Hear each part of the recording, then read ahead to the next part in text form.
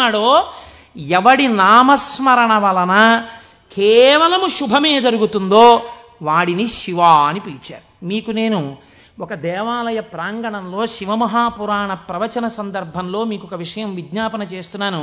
ఇది పరమసత్యం, అబద్ధాలు చెప్పుకోవలసిన దౌర్భాగ్యం నాకు లేదు. బహుశా మా దొరగారికి ఒక్కరికి తెలిసేమో, ఆయన నాకు పేరు జ్ఞాపకంలో లేదు. ఈ ఊళ్ళోనే ఒక వ్యక్తి ఉండేవారు. ఆయన ఒకసారి నా దగ్గరికి వచ్చి, అంటే నా ఉద్దేశం ఇలాంటి బాధల్లో ఉన్న వాళ్ళందరినీ మా ఇంటికి వచ్చేసి నన్ను అడగమని కాదు. ఆయన ఒకసారి మా ఇంటికి వచ్చి ఒక్కసారి మీకు నమస్కారం చేసి వెళ్ళిపోతానని చాలా వ్యగ్రతతో అన్నాడు. అంటే నేను ఆఫీస్కి వెళ్ళిపోతున్నానండి, టైం అయిపోతుంది, ఇప్పుడు నమస్కారం పెట్టి మాట్లాడడం ఎందుకు? అక్కర్లేదు, నేనేం మాట్లాడను, ఒకసారి నమస్కారం చేసి వెళ్ళిపోతానని. సరే చెయ్యండి, కానీ అది మీరు నమస్కారం చేస్తానన్నట్టు లేదు, ఒక్కసారి మిమ్మల్ని కొడతానన్నట్టుంది. ఎందుకంత భావన వ్యగ్రత అన్న అంటే, ఇవాళే నా జీవితానికి చిట్ట చివరి రోజు, నేను ఆత్మహత్య చేసుకోబోతున్నాను. నా మనస్సులో ఎప్పుడైనా శాంతి కలిగితే మీ ఉపన్యాసాల్లోనే కలిగేది. అందుకని మీకు ఒక్కసారి నమస్కారం చేసి ఆత్మహత్య చేసుకుందామని వచ్చాను. మీకు ఒక్కరికే చెప్తున్నాను, మీరు ఎవరికీ చెప్పకండి, సాయంకాలానికి నేను ఉండను అన్నది. నేను హడిలిపోయింది, ఇది నాకు చెప్పాడు బాబని. అది నేను తర్వాత ఎడతాను ఆఫీస్కి, అవసరమైతే హాఫ్ డే సీఎల్ ఎడతాను, కూర్చోండి అది కూర్చోబెట్టాను. అంటే బాబోయ్ ఇలా మా ఇంటికి వచ్చేయమని కాలుష్యమండి. కాబట్టి కూర్చుంటే ఏమి మీకు ఎందుకు కలిగింది బాధ? ఆయన ఏదో పాపం చాలా చెప్పుకొచ్చాడు ఏడుస్తూ. నేనన్నా సరే ఒక పని చేయండి, ఆఖరి ప్రయత్నం ఒకటి చేయండి. మీరు దీక్షగా 42 రోజులు శివాలయానికి ఎవ్వరికీ చెప్పద్దు. ప్రదోష వేళలో వెళ్ళి శివ ప్రదక్షిణం చేసి మీరు ఏమీ చెప్పకండి. మీరు చెప్పగలిగినంతసేపు శివాలయం అరుగు మీద కూర్చుని శివ శివ శివ శివ శివ శివ ఇదొకటే. ఒక 42 రోజులు ఈ దరిద్రాన్ని, మీ కష్టాల్ని అనుభవించి చూడండి అన్నాను. మీరు నమ్ముతారా?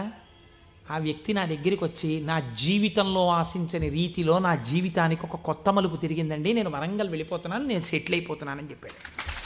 ఆ వ్యక్తే నాకు ఈ మధ్యనే మళ్ళీ ఫోన్ చేసి, కోటేశ్వరారు ఇప్పుడు నేను ఎంత ఆనందంగా ఉన్నాను అనండి, ఒక్కసారి మీరు ఏమైనా వరంగల్ వస్తారేమిటండి ఉపన్యాసాలకి, మీ దర్శనానికి వద్దాం అనుకుంటున్నాను, నేను కూడా కాకినాడ అన్నాడు.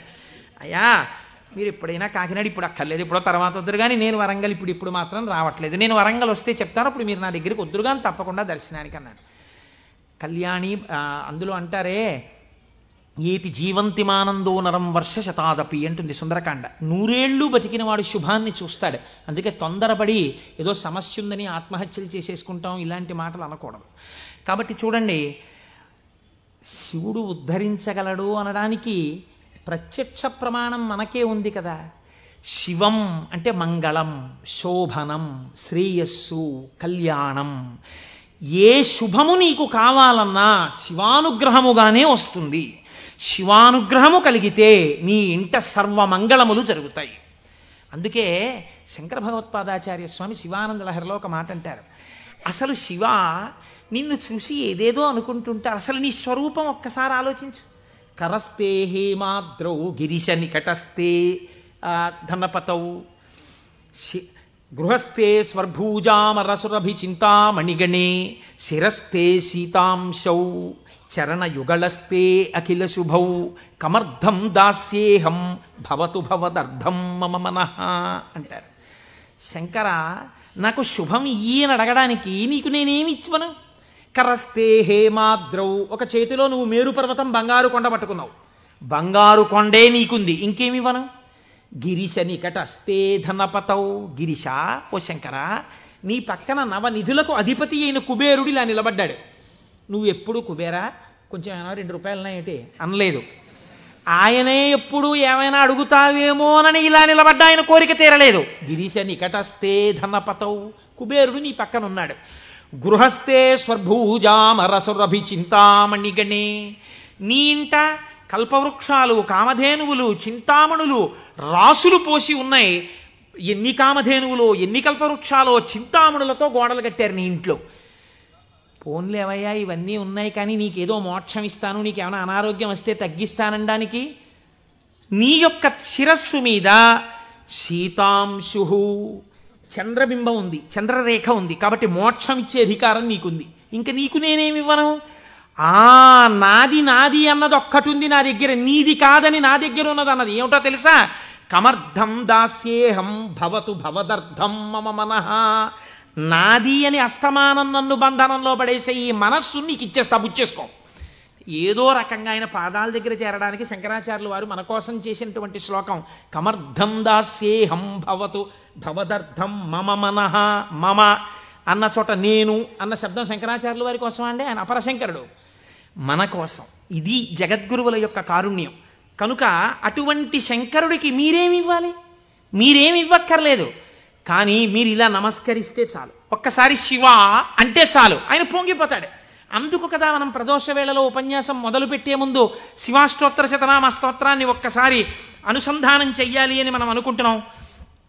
మీరు చూడండి, నేను ఇక్కడ మీకు ఒక గంభీరమైనటువంటి విషయాన్ని వాళ్ళ ప్రస్తావన చెయ్యాలి అని అనుకుంటున్నాను. ఆనందం వస్తే కళ్ళజోడు తీసేస్తుండడం, మళ్ళీ పెట్టుకు చూసుకుంటూ ఉండడం. బాగుందండి మీరు చెప్పింది.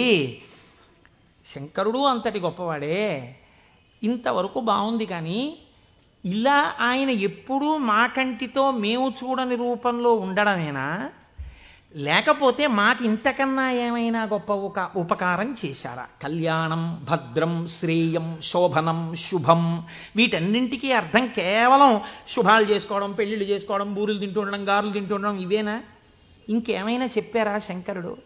ఇవే నా అర్థం, నేను ఇవే మీకు చేసి పెడుతుంటానని ఏమైనా అన్నారా? దీన్ని మీరు చాలా జాగ్రత్తగా గంభీరంగా పట్టుకోవాలి. మీరు ఇది పట్టుకునే ప్రయత్నం చేస్తే శివపురాణం విషయంలో మీకు ఒక గొప్ప అవగాహన ఏర్పడిపోతుంది. కాబట్టి చెవులు రిక్కించి చాలా జాగ్రత్తగా వినే ప్రయత్నం చెయ్యండి. కదిలినటువంటి శివుని యొక్క స్వరూపాన్నే నటరాజమూర్తి అని పిలుస్తాం. ఎదర వ్యాఖ్యానం పురాణంలో వస్తుంది, అప్పుడు నేను నటరాజ తత్వం గురించి, చిదంబరం గురించి చెప్తాను.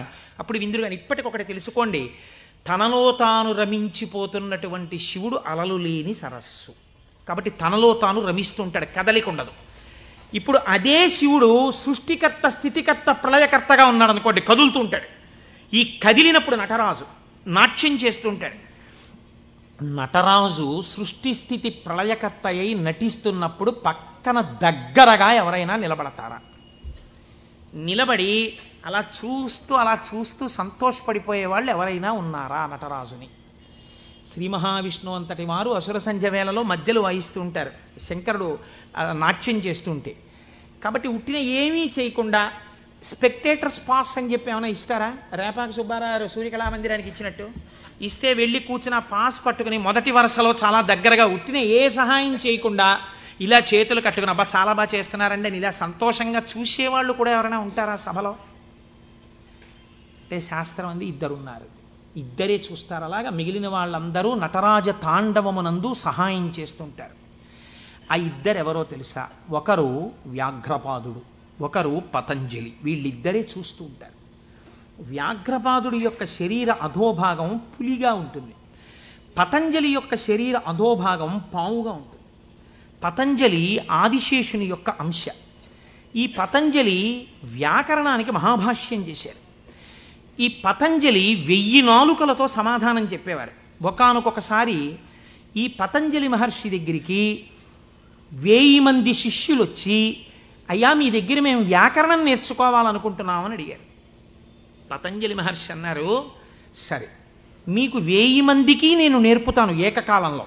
ఎవరు ఏ స్థాయిలో ఉన్నారో ఆ స్థాయిలో పాఠం చెప్పేస్తాను. మీకు ఉదాహరణకి వ్యాకరణం అంటే కొద్దిగా సంగీతంతో పోల్చండి. కొద్దిగా అమరిక కోసం సంగీతం నేర్పేటప్పుడు బాగా కీర్తనల్లోకి వచ్చేసిన వాళ్ళకి, ఇంకా సరిగమ పదనిసల్లో ఉన్న వాళ్ళకి, from the lowest string to the highest string కలిపి కూర్చోపెట్టి సంగీతం నేర్పడం కుదరదు. ఎందుకనంటే ఎవరికి వాళ్ళకే టైం ఉండాలి, వాళ్ళ స్థాయికి తగినట్టు వాళ్ళకి చెప్తూ ఉండాలి. వ్యాకరణ మహాభాష్యం చెప్పేటప్పుడు 1000 మంది 1000 రకాలైన ప్రశ్నలు వేస్తారు. 1000 మందికి ఒకేసారి జవాబు చెప్పాలి. కాబట్టి ఇప్పుడు తాను ఎలా చెప్పాలి? తాను ఆదిశేషుడు కనుక శేషాంశతో చెప్పాలి, 1000 నాలుకలతో చెప్తాను. కానీ 1000 నాలుకలతో చెప్పినప్పుడు ఒక ప్రమాదం ఉంది. శేషాంశతో ఉంటాను, దానిలో విషపు గాలి కూడా వస్తుంది, ఎదురుగుండా కూర్చున్నవాడు బూడిదైపోతాడు. కాబట్టి తెర అడ్డం కడతాను. ఇది చిదంబరంలో జరిగిందండి యథార్థంగా. నేను ఒక తెర అడ్డం కట్టి లోపల నేను కూర్చుంటాను, మీరు బయట కూర్చోండి. మీరు ప్రశ్నలు అడుగుతూ ఉండండి, నేను చెప్పేస్తుంటాను 1000 నాలుకలతో. ఒక్క నియమం, 1000 నాలుకలతో నేను కష్టపడి 1000 మంది శిష్యులకు సమాధానం చెప్పడానికి కూర్చుని ఉండగా ఎవడైనా సరే నేను పాఠం పూర్తయిందనే లోపల లేచి వెళ్ళిపోతే వాడు బ్రహ్మరాక్షసుడైపోతాడని చెప్పి శాపం పెడుతున్నానన్నారు. 1000 మంది శిష్యులు కూర్చున్నారు. కొంతమందికి అసలు ప్రారంభంలోనే అనుమానాలు ఉంటాయి. అలాంటి వాళ్ళు కూడా ఉంటారు. ఇప్పుడు ఇది మోక్షద్వారం, ఇందులో దూరితే మోక్షం వస్తుంది అన్నాం అనుకోండి, ఇది ఎవరు పెట్టారండి అంటాడు. వెంటనే వాడు వచ్చాడు. అసలు ముందు తెలుసుకోవడం కన్నా అనుమానాలు ఎక్కువ. అక్కడే పతనం ప్రారంభం. విన్నదాన్ని మననం చేసి దీన్ని మనం ఎంత అనుష్ఠానంలోకి తెద్దామని చూడకుండా మనం ఎన్ని అనుమానాలు ఇందులో తెచ్చేసుకుందాం అనేటప్పటికీ అది ఎప్పటికీ ఆగవు. మీకు ఎప్పటికీ ఆగవు అనుమానాలు. ఇప్పుడు ఏమైపోయింది, ఇందులో ఒకటికి అనుమానం వచ్చింది. ఏమిటో వెళ్ళిపోతే బ్రహ్మరాక్షసుడు అంటున్నాడు. ఈ మాట వినగానే అసలు నాకు తోచడం మానేసింది. అసలు ఈయన మొదలెట్టే లోపలే కాసేపు బయటికి వెళ్ళి తిరిగి వస్తే మనశ్శాంతిగా ఉంటుంది. పాఠం మొదలెట్టే లోపల వచ్చేద్దామని ముందే వెళ్ళిపోయాడు ఆయన. పాఠం మొదలెట్టేటప్పటికి వద్దాం కాస్త మనశ్శాంతి వస్తుంది. లేకపోతే ఈయన ఏమిటో లోపల నేను 1000 నాలుకలు అంటున్నాడు, తెరెత్తకూడదు అంటున్నాడు. ఓరు నాయనో ఇదంతా ఏ గొడవగా ఉంటుందో, వెళ్ళిపోతే బ్రహ్మరాక్షసుడు అంటాడు. ముందే కాస్త తిరిగి వస్తే, అలా తిరిగి వచ్చేస్తే కాస్త మనశ్శాంతిగా ఉంటుంది. అప్పుడు వచ్చి కూర్చుందాం పాఠానికని ముందే వెళ్ళిపోయాడు ఆయన. అంటే ఎలా ఉంటారో చూడండి లోకం. ఇప్పుడు పతంజలి వ్యాఖ్యానం మొదలుపెట్టారు. 1000 నాలుకలతో చెప్పేస్తున్నారు ఆయన పాఠం. ఒక ఆయనకి అనుమానం వచ్చింది. ఏమిట్రా 1000 మంది అడుగుతున్నాం, 1000 మందికి చెప్పేస్తున్నాడు సమాధానాలు, ఎలా చెప్తున్నాడు రా ఈయన? తెరడ్డం కట్టాడు, నేను చెప్తాను లేండి అన్నాడు. నిజంగా అసలు ఎలా చెప్పగలుగుతున్నాడో ఒక్కసారి చూద్దామని. చూడండి, సేవ చేస్తున్నారు పరమాత్మకి అని తెరడ్డం పెడితే ముందు వరుసలో కూర్చున్నవాడు తెరెత్తి చూస్తుంటాడు. ఎంత తప్పది అంటే అది కూడా భక్తి. కాబట్టి అలా ఆ పతంజలి అటు కూర్చుని ఉండగా ఒక శిష్యుడు ఏం చేశాడంటే మెల్లిగా తెరెత్తాడు. తెరెత్తి చూశాడు. చూసేటప్పటికి విషపు గాలి వాడు ఒక్కడి మీదకే వెడుతుందా? ఈ 999 మంది బూడిదైపోయారు. అట్నుంచి ప్రశ్న ఆగిపోయింది. ఆగిపోగానే పతంజలికి అనుమానం వచ్చింది. ఏదో జరిగిందని ఆయన పాఠం ఆపి లేపి తెర తీసి చూశారు. బూడిద రాసులు ఉన్నాయి. అరేరే చచ్చిపోయారా 1000 మంది అనుకున్నారు. ఇంతలో పాఠం వినడానికి కొంచెం మనశ్శాంతితో వద్దామన్నవాడు వచ్చాడు. నువ్వు ఎక్కడికి వెళ్ళావురా అని అడిగారు ఆయన. అది నేను చెప్తాను కానీ వీళ్ళు ఏమిటంటే 999 బూడిద కుప్పలు ఏమిటండి అన్నాడు. వాడు బుర్ర మరీ పాడైపోయాడు. ఆయన అన్నారు, కంగారు పడకు, నేను ముందే చెప్పాను కదా తెరెత్తద్దని. ఎవడో ఎత్తాడు, బూడిదైపోయారు. నువ్వు మాత్రం ఒక్క శిష్యుడు మిగిలావురా, మీకు 1000 మందికి పాఠం చెప్తానన్నాను, కనీసం ఒక్కడే మిగిలావు, నీకు చెప్తాను పాఠం అన్నారు. వాడు హడిలిపోయాడు. అయ్యి బాబోయ్ పాఠమే అని. ఇప్పుడు పతంజలి అన్నారు, నీకేం చెప్పను, కంగారు పడకు, నీకు నేను అనుగ్రహించేస్తున్నాను. నీకు వ్యాకరణం అంతా భాషించేసింది, నీకు వచ్చేసింది వ్యాకరణ భాష. Please like and subscribe.